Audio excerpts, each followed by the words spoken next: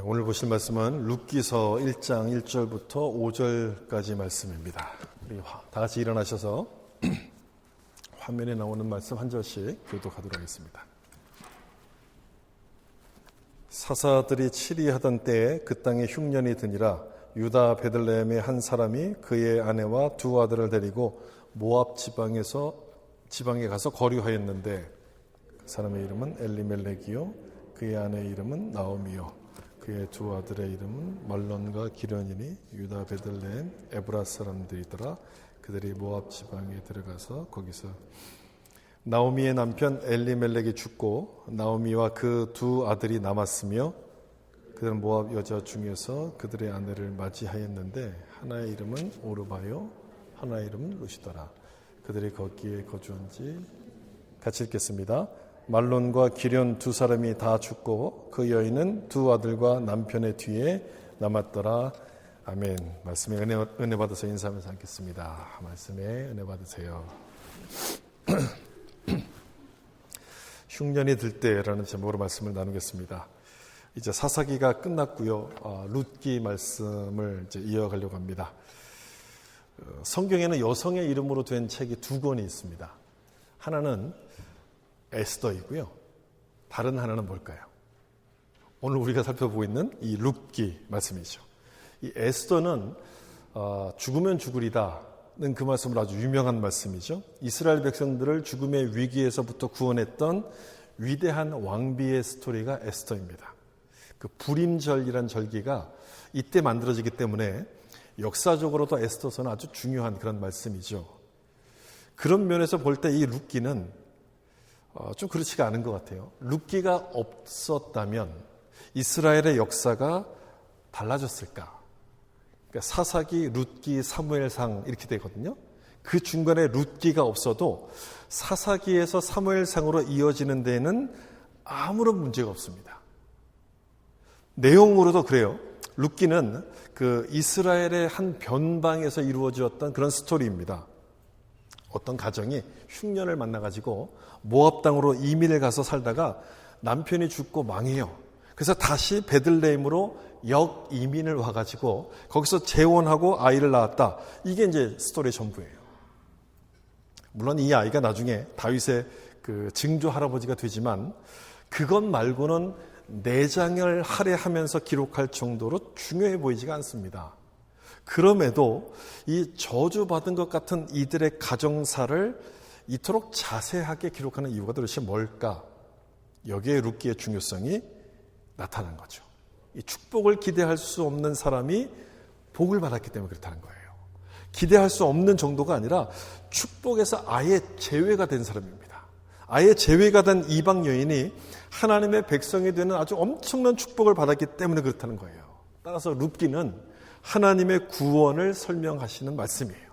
누가 구원을 받는 것이고 그리고 우리에게 구원이 어떻게 임하는가를 설명하는 말씀이기 때문에 중요한 말씀이에요.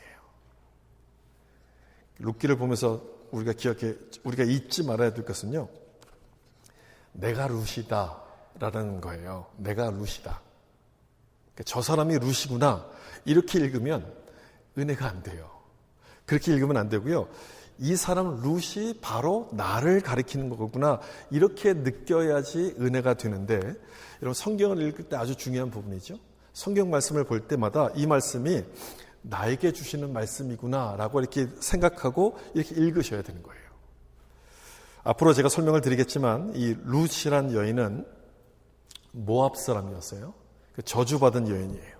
하나님께서 이 사람들을 여호와의 총회에 들어오지 못하게 하라. 이들은 여호와의 총회에 들어오지 못한다라고 금했던 민족입니다. 그런데 그 이방 여인이 다윗의 증조모가 되고 예수님의 족보, 예수님의 조상이 되는 거예요. 하나님의 은혜가 아니고서는 설명이 안 되는 그런 장면이죠. 그럼 어떤 은혜를 주셨기에 그렇게 된 것인가? 이 내용을 우리가 앞으로 좀 살펴보려고 하는데 그것 때문에 이 룻을 보면 내가 룻이구나 이런 느낌을 받게 되는 거예요. 우리 역시 룻과 같은 이방인이고 그리고 능력이 뛰어나서 구원받은 게 아니지 않습니까? 여러분 이 세상에 나보다 뛰어난 사람들이 얼마나 많습니까? 많지 않습니까? 우린 정말 부족한 사람이잖아요. 그래서 아브라함이나 또는 이삭같이 살아야 된다라고 말씀을 하신다면 우린 못해요. 우린 그냥 실망할 거예요. 나는 안 된다라고 생각할 거예요.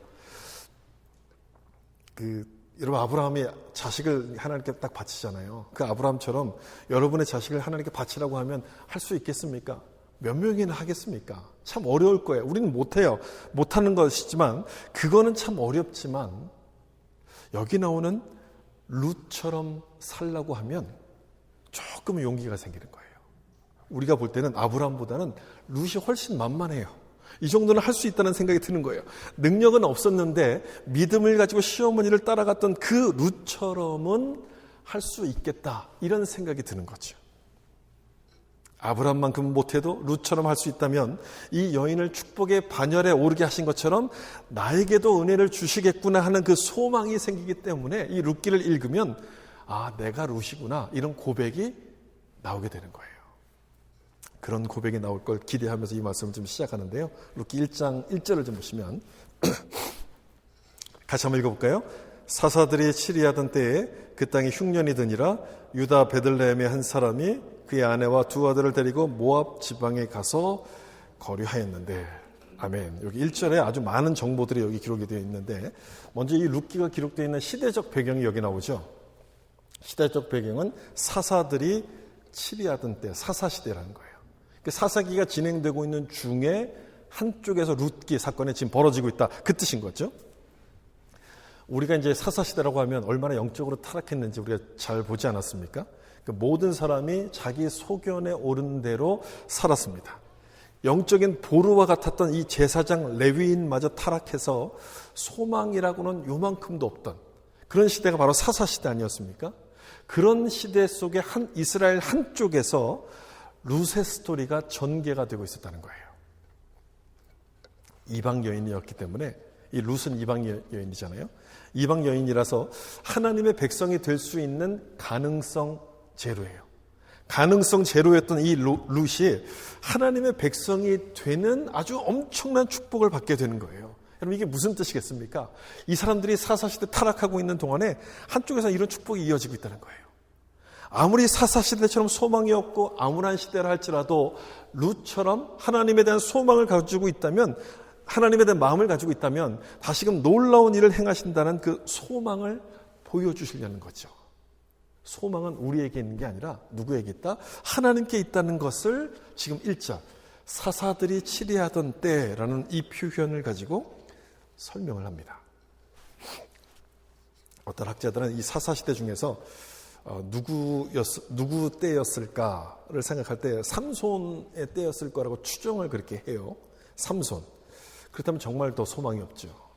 여러분, 삼손은 유일하게 적의 손에 죽었던 사사 아니었습니까? 마지막에 나오는 또 사사이기도 하죠. 하나님이 보냈던 이 사사가 방탕하다가 적의 손에 죽어버렸어요. 무슨 소망이 있겠습니까? 아무런 소망이 없죠. 그런 상황을 그 다음에 보면 이렇게 표현해요. 그 땅에 흉년이 드니라. 비가 안 오면 흉년이 드는 건데, 여기서 말씀하고 있는 이 흉년은 자연 발생이기보다는 다른 원인이 있다. 그걸 지금 이야기하는 거예요. 왜 그러냐면 흉년이 어디에 들었다고 되어 있습니까? 유다 베들레헴에 흉년이 들었다고 되어 있어요. 여러분, 베들레헴, 이 베들레헴의 단어의 뜻이요. 벳이란 단어가 집이란 뜻이고요. 레헴이라는 단어는 빵 또는 떡. 우리는 빵을 잘 안 먹으니까 옛날 성경에서는 떡이라고 번역을 했어요. 빵이나 떡이란 뜻이에요. 따라서 이 베들레헴은 빵집 또는 떡집이란 뜻이에요. 이런 이름을 붙일 정도면 이 베들레헴이 어떻다는 것입니까? 먹을 게 풍성한 곳이라는 얘기예요. 먹을 게 풍성하고 넉넉한 곳이었기 때문에 떡집이라고 이름을 지었을 거예요. 그런데 이곳에 뭐가 들었어요? 흉년이 딱 든 거예요.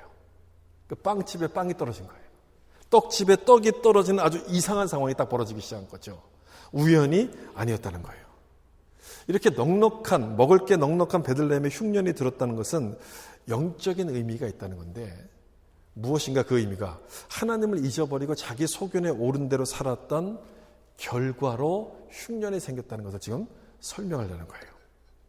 계속 보면 흉년이 드니까 어떻게 하냐면 베들레헴의 한 집안이 아내와 두 아들 데리고 모압으로 이민했다. 이렇게 지금 설명합니다. 왜 모압으로 이주를 합니까? 먹고 살려고 하는 거죠. 목구멍이 포도청이다 보니까 음식을 구하러 베들레헴을 떠나서 모압으로 이렇게 간 거예요. 아무리 힘들어도 떠나기 전에 왜 흉년이 왔고 왜 우리가 떠나가야 되는지를 한 번쯤 생각해 보면 참 좋았을 텐데 그런 생각을 하지 않고 먹고 사는 게 중요하니까 일단 떠나는 거예요. 떠났던 장소도 문제죠. 어디로 갑니까? 이 모압이라는 곳에 가요. 모압. 이 모압은 이스라엘에게 원수의 땅입니다. 여러분 다시 한번 출애굽기 그 역사를 좀 생각해 보시면 이스라엘 백성들이 출애굽해서 가나안 땅으로 행진할 때 거의 다 와서 가나안 땅에 거의 다 왔을 때 그 길을 방해했던 민족이 바로 이 모압이라는 민족이에요. 모압 왕 발락이 거짓 선지자 발람을 동원해 가지고 이 이스라엘 백성들을 저주하려고 했잖아요. 근데 그게 실패했어요. 그랬더니 어떻게 합니까? 모압 여인을 통해서 이들을 유혹해요. 그래서 아주 큰 곤욕을 치르도록 만들죠.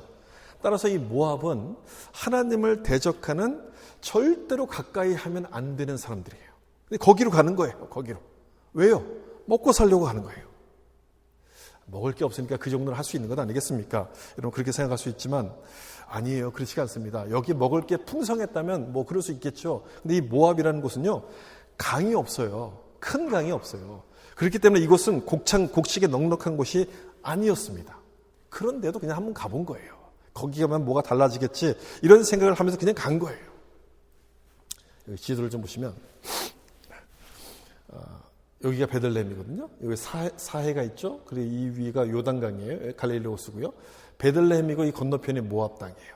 아마 이 중에서 어디를 갔는지 모르겠는데 베들레헴에서 모압 땅으로 가려면 사해를 건너거나 사해가 넓으니까 건너기가 쉽지 않겠죠. 그래서 사해를 건너지 않고 위로 올라가서 요쪽을 건너갔을 거예요. 저쪽. 북쪽으로 쭉 올라가서 빙 둘러서 요단강을 건너서 갔을 거예요. 요단강. 이 요단강은 하나님이 주셨던 약속의 땅의 경계선이 되는 게 바로 요단강이거든요. 여러분 여호수아가 가나안으로 들어갈 때 요단강을 건너서 이렇게 들어오잖아요. 하나님께서 은혜를 주셔서 요단강을 갈라가지고 길을 만들어서 건너서 들어오지 않습니까? 따라서 저 요단강은 하나님이 주신 약속의 땅의 경계를 의미하는데 그 경계를 넘어가는 거예요. 참 중요한 의미가 있죠. 여기 보통 우리가 지금 요단강을 건너다 이런 표현을 가끔 쓰지 않습니까? 언제 이런 표현을 씁니까? 요단강을 건넜다. 누군가 죽어서 천국에 갔을 때 이런 표현을 써요. 요단강을 건넜다. 하나님 나라로 가서 다시는 돌아올 수 없는 상황을 가리킬 때 요단강을 건넜다라고 이렇게 표현을 쓰는데 이 사람들이 요단강을 건넌 것도 마찬가지입니다. 나는 이제 안 돌아간다. 이런 뜻인 거예요.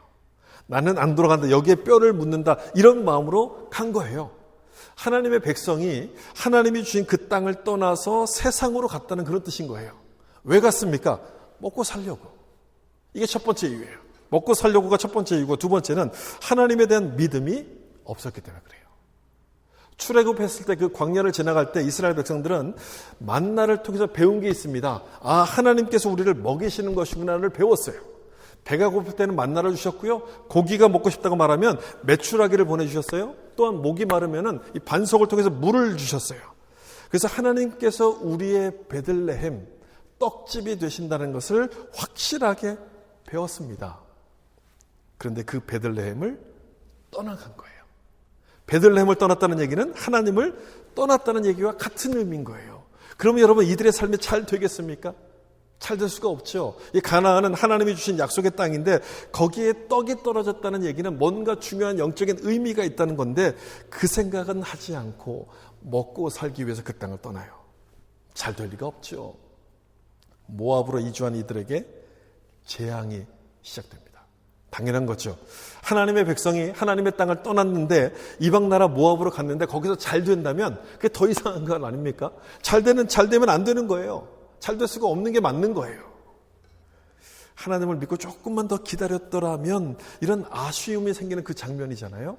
여러분 그 이후의 결과를 우리가 잘 보셔야 돼요. 무슨 결과가 주어졌는가?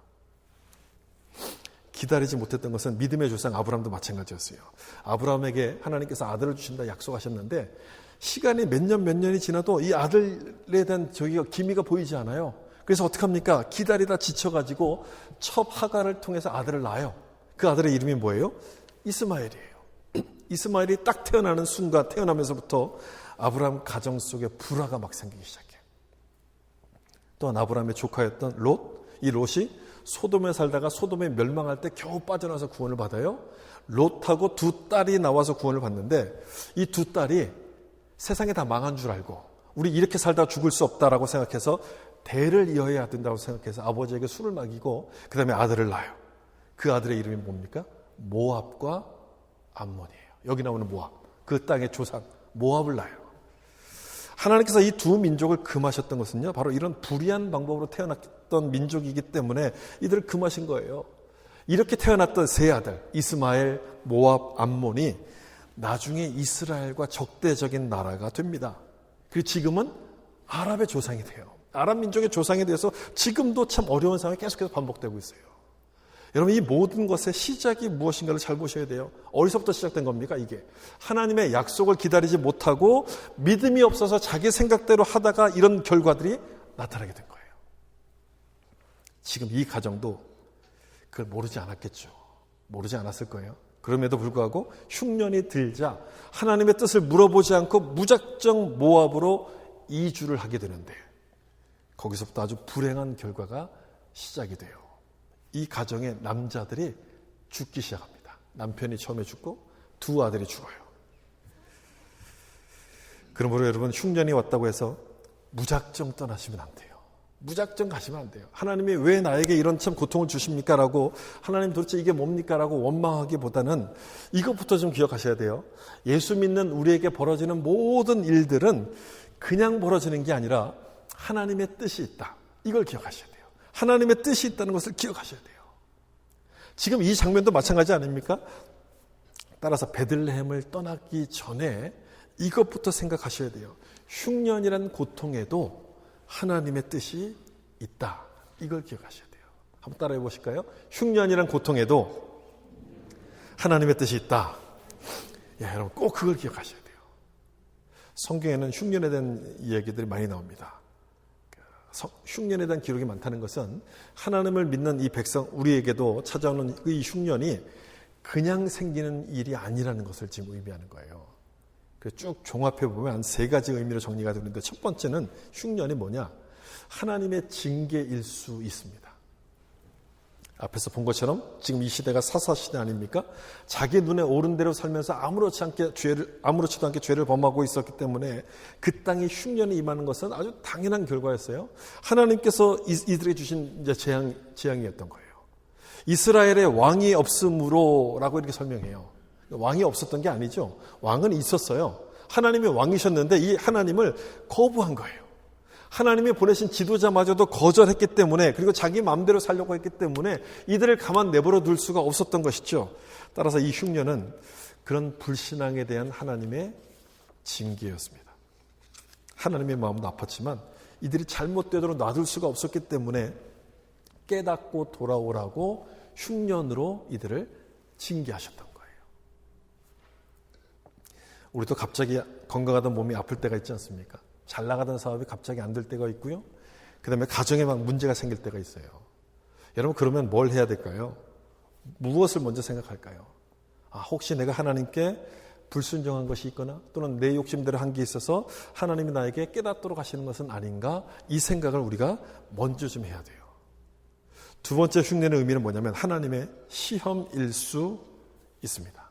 우리의 믿음이 우리가 믿음을 얼마나 지키며 하나님을 의지하는가를 테스트 하시려고 흉년을 주실 때가 있어요.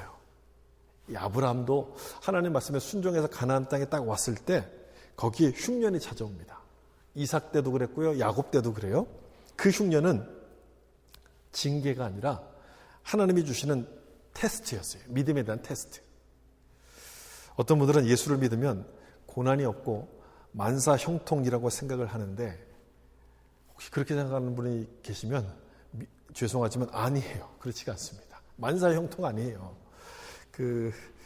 고난이 이 크리스찬들을 싹싹 이렇게 피해가고 넌 크리스찬에게만 이렇게 찾아가고 그런 게 아닌 거죠. 절대 그렇지 않아요. 예수님께서 뭐라 말씀하셨냐면 세상에서 너희가 혼란을 당하나 담대하라 내가 세상을 이기었노라 이렇게 말씀하세요. 너희가 혼란을 당하나 혼란이 없다고 말씀하시지 않아요. 성경은 예수를 믿으면 혼란이 없다라고 말씀하지 않아요. 뭐라고 약속하냐면 내가 세상을 이긴 것처럼 너희도 그것을 이길 수 있다라고 말씀하는 거예요. 그러니까 성경이 뭘 약속하시는가를 여러분 주목해 보셔야 돼요. 예수를 믿으면 고난이 없는 게 아니라 똑같이 고난이 있지만 그 고난을 이길 수 있는 힘을 우리 가운데 주신다. 이걸 약속하는 거예요. 이거를 잊어버리기 때문에 우리가 원망하고 낙심하게 되는데 우리 인생에 갑자기 찾아오는 그 흉년들은 우리의 믿음을 확인하는 테스트일 수 있다는 사실을 여러분 기억하셔야 돼요. 그러니까 믿음이 있는 것과 없는 것의 그 차이가 바로 이 상황에서 구분이 되는 거예요. 이 흉년을 어떻게 대하는가에 따라서 믿음을 가진 사람은 흉년에도 주님을 더욱더 의지하겠죠. 반대로 믿음이 없는 사람은 주님을 떠나서 다른 길로 갑니다. 모압으로 가는 거예요. 이 사람들처럼. 세 번째 흉년은 하나님의 교육 또는 훈련일 수 있습니다. 우리의 어리석음을 깨우치시기 위해서 흉년을 하나님께서 사용하신다는 거예요. 탕자의 비유가 그랬죠. 아버지 유산을 받아가지고 방탕한 삶을 살던 이 탕자가 언제 자기의 잘못을 깨닫습니까? 그 나라에 크게 흉년이 들었을 때 딱 깨달아요. 흉년이 들었을 때. 자기 돈도 떨어졌죠. 흉년까지 딱 겹치고 나니까 먹고 살 일이 막막해진 거예요.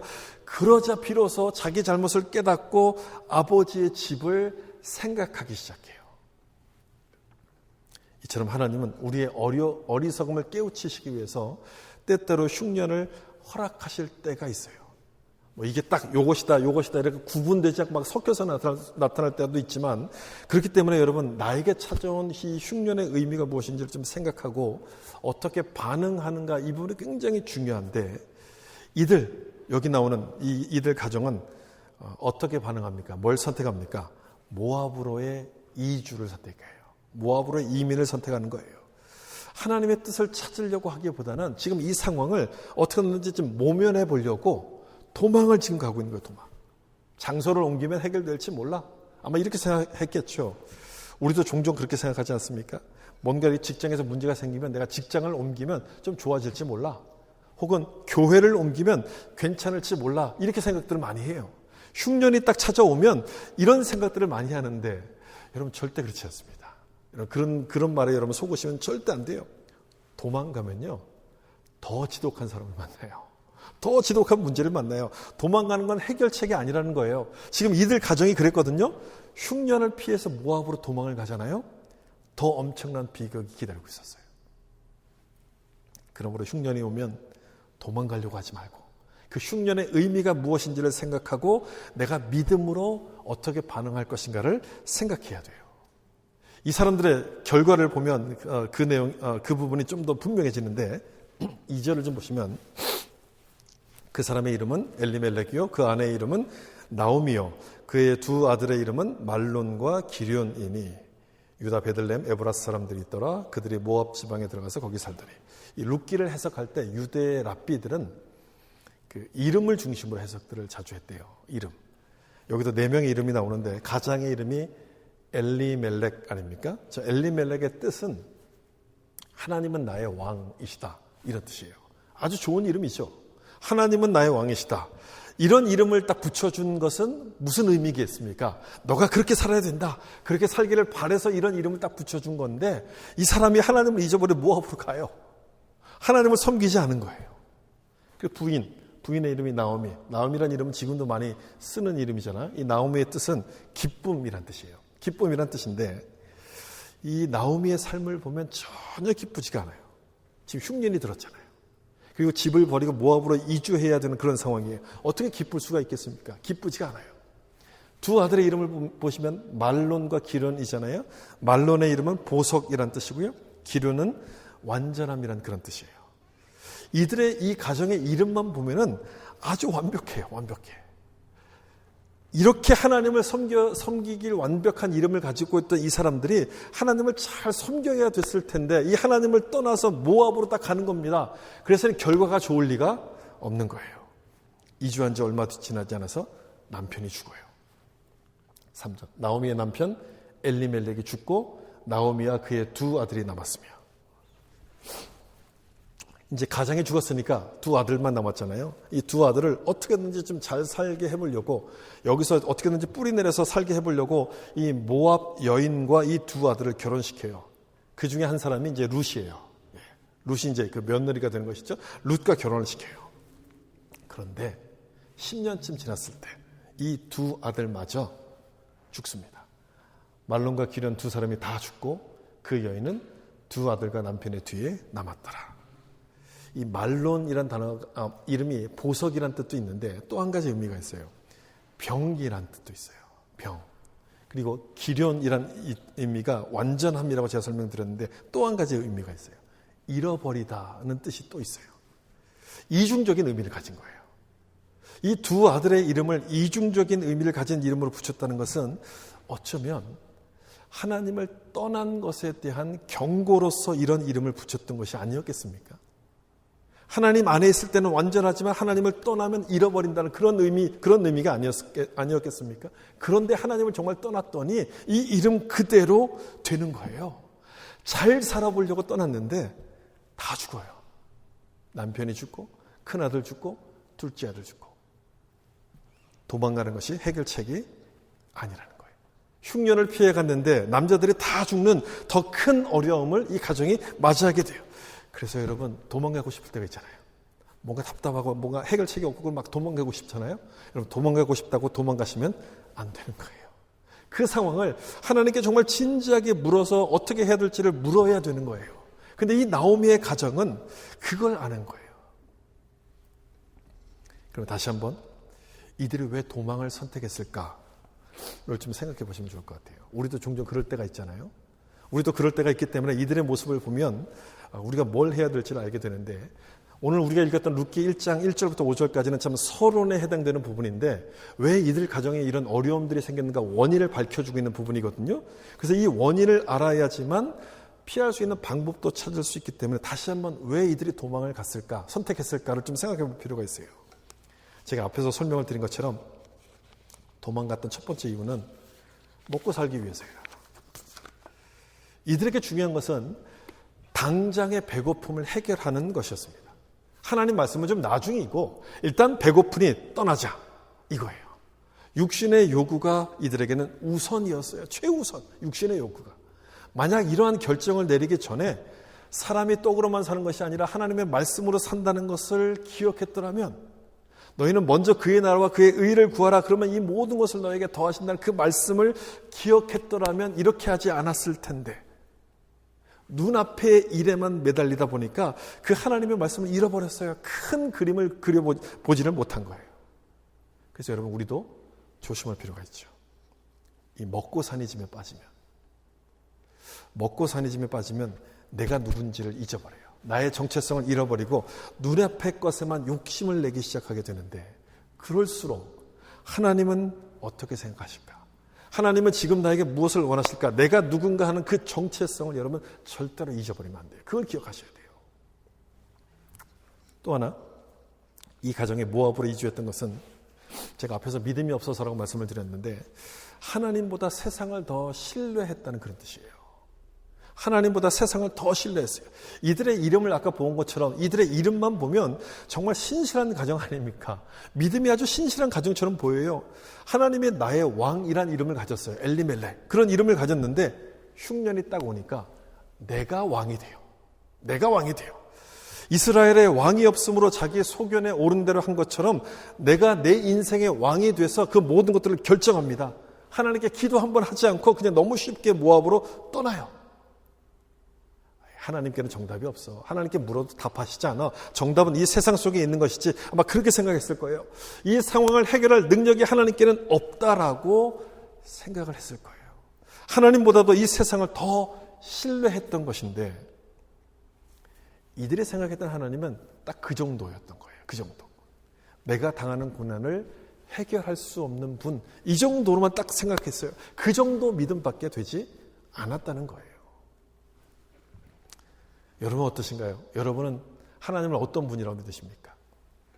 나를 괴롭히는 이 흉년을 확실하게 해결할 수 있는 전능하신 하나님이라고 여러분 그렇게 믿으십니까?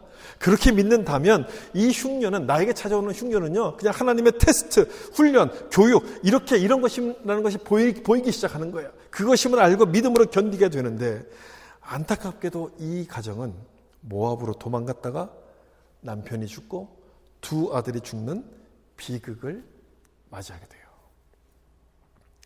그렇죠, 여러분. 하나님의 백성이 하나님을 잊어버리면, 또 자기 생각대로 살기 시작하면 떡집에 떡이 떨어지듯이 그 인생은 고달파집니다. 망하는 인생이 돼요. 오늘 본문이 바로 그 시작을 보여줘요. 이들이 어떻게 망하고 있는가? 그 망하는 원인이 뭔가? 이걸 보여줌으로써 그 모습을 보고 우리 가운데 교훈을 삼으라, 이렇게 말씀하는데, 믿음이 없어서 육신의 문제를 우선적으로 하다가 이런 일들이 벌어진 것 아닙니까? 육신의 일을 우선하다 이런 일이 벌어졌기 때문에 우리는 그러면 뭘 우선적으로 해야 될까요? 육신의 일이 아니라 영적인 문제를 우선순위에 둬야 돼요. 영적인 문제, 하나님을 우리의 가장 최우선순위, 하나님 우선주의, 신본주의로 우리는 살아가야 되는 거예요. 신앙생활이라는 것은 한마디로 중심의 문제입니다. 중심의 문제. 그 사람은 그 중심에 뭐가 들어있는가에 따라서 생각이 다 달라져요. 그렇잖아요. 내가 중심이 되고 이 세상이 중심이 되면, 그런 것을 인본주의라고 보통 말하죠. 인본주의가 딱 되면 하나님은 저 멀리 이렇게 밀려납니다. 여러분, 인본주의의 핵심이 뭐겠습니까? 잘 사는 거예요. 자본주의가 나오고 뭐 여러 가지 나오죠. 그 중에 핵심이 먹고 사는 짐이에요. 인본주의의 핵심은 내가 얼마나 잘 먹고 잘 사는가, 그거예요. 그런데 하나님을 중심으로 하는 신본주의, 신본주의의 핵심은 뭔지 아십니까? 아까 우리가 불렀던 찬송에도 나오는데, 살든지 죽든지 주를 위하여. 이게 신본주의예요. 이 말씀 한번 보실래요? 로마서 14장 8절 같이 한번 읽어보겠습니다. 우리가 살아도 주를 위하여 살고 죽어도 주를 위하여 죽나니 그러므로 사나 죽으나 우리가 주의 것이로다. 아멘. 여러분, 이게 신본주의의 핵심이에요. 기독교 신앙의 핵심이 바로 이거예요. 이거. 하나님 중심으로 사는 사람의 핵심이 바로 이거예요. 사나 죽으나 나는 주님의 것이다. 살든지 죽든지 주님을 위해서 산다. 이게 이제 신본주의의 핵심이에요. 인본주의와 신본주의. 여러분은 어느 쪽에 더 가까이 계십니까? 어느 쪽에서 살고 계십니까? 내가 어느 쪽인지 확인할 수 있는 아주 간단한 방법이 하나가 있어요. 아주 간단해요. 예를 들어서 교회와 집, 이렇게 거리가 차로 한 30분 정도 걸린다고 볼 때, 교회가 멀다 이렇게 느끼면 나 중심으로 살고 있는 거예요. 반대로 집이 이렇게 멀지? 라고 생각하면 교회를 중심으로 살고 있는 거예요. 하나님 중심으로 살고 있는 거예요. 집에서부터 교회까지 거리는 똑같아요. 어디서 보든지 이쪽에서 봐도 똑같고 이쪽에서 봐도 똑같아요. 어디서 보든지 똑같은데 나의 중심이 어디에 있는가에 따라서 더 멀게 느껴진다는 거예요. 달라지게 느껴진다는 거예요. 우리 교회도 멀리서 오시는 분들이 참 많은데, 여러분 멀리서 오실 때마다 집이 참 멀구나 이렇게 느껴질 수 있는 축복이 있기를 예수님의 이름으로 축복합니다. 다윗과 골리앗이 싸울 때도 마찬가지거든요. 아무도 싸울 사람이 없을 때 다윗이 딱 나서서 골리앗과 싸우겠다고 이야기하잖아요. 그때 사울 왕이 뭐라고 이야기하냐면, 너는 저 용사와 싸울 수 없다 이렇게 얘기해요. 저 용사와 싸울 수 없다. 반대로 다윗은 아니다, 내가 싸울 수 있다. 하나님을 저기 모욕하는 저 사람과 내가 싸우겠다라고 다윗은 그렇게 얘기해요. 사울 왕의 입장은 인본주의의 입장에서 말하는 거예요. 골리앗은 용사인 거예요, 용사. 다윗은 그냥 소년인 거예요. 싸울 수가 없는 거예요. 근데 다윗은 하나님의 입장에서 보고 말하는 거예요. 하나님을 모욕하는 저 사람을 그냥 둘 수 없다. 내가 싸우겠다. 이렇게 말하는 거예요. 여러분, 다윗이 아무리 하나님 중심으로 이야기했다 할지라도 골리앗의 힘이 사라지는 겁니까? 골리앗의 키가 갑자기 작아지는 겁니까? 그렇지 않아요. 사울 왕의 말이 맞는 말이에요. 용사가 맞아요. 팩트예요. 팩트는 바뀌지 않아요. 그런데 그 팩트를 어떤 입장으로 보는가에 따라서 나의 반응은 달라지는 거예요. 팩트는 똑같아요. 사라지지 않지만 그것에 대한 나의 반응은 달라지는 거예요. 나 중심에서 볼 때 저 골리앗을 이길 수가 없어요. 도망가야 돼요. 근데 하나님 중심에서 보면 저 골리앗을 능히 이길 수 있는 거예요. 능히 이길 수 있는 싸움이기 때문에 도망가지 않아요. 맞서 싸우는 거예요. 저는 여러분이 나오미 가정처럼 인생의 흉년을 만난 분들이 있다면, 또 그것 때문에 어려움을 겪고 있는 분들이 있다면 나 중심이 아닌 하나님 중심에서 그 문제를 보셨으면 좋겠어요. 하나님 중심에서 그 문제를 보는 축복이 있기를 바랍니다. 나 중심에서 보면 먹고 살아야 되니까, 목구멍이 포도청이다 보니까 떠날 생각부터 해요. 도망갈 생각부터 해요. 근데 그 결과는 죽고 겉보기에는 해결책 같지만 해결책이 아니란 거예요. 따라서 우리는 나 중심이 아닌 하나님 중심에서 그 문제를 대해야 되는 거예요.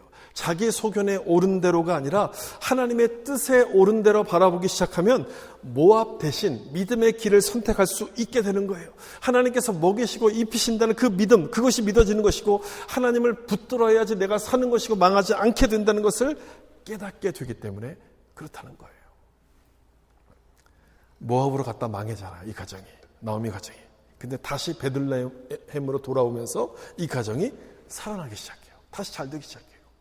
다음 주에 그 내용을 살펴볼 텐데, 모압으로 향하던 그 방향을 베들레헴으로 돌린 거예요. 하나님께로 다시 돌리니까 이 가정이 살아난 것처럼 신본주의, 하나님을 중심으로 사는 것이 우리가 사는 길이라는 사실을 여러분 기억하셔야 돼요. 꼭 그걸 기억하셔야 돼요. 여러분, 우리 가운데 인생의 흉년이 찾아올 때, 건강의 흉년 또는 재정의 흉년, 관계의 흉년이 찾아올 때, 그것이 날 힘들게 할 때 해결책은 도망가는 데 있는 것이 아니라 하나님을 의지하는 그 믿음에 있다는 것을 여러분 기억하셔야 돼요. 우리의 정체성은 먹고 살기 위해서 사는 사람들이 아니라 사나 죽으나 주님을 위해서 사는 사람, 하나님 중심의 사람인 것을 여러분 기억하셔서 인생의 흉년을 이겨나갈 수 있기를 예수님의 이름으로 축원합니다. 기도하겠습니다.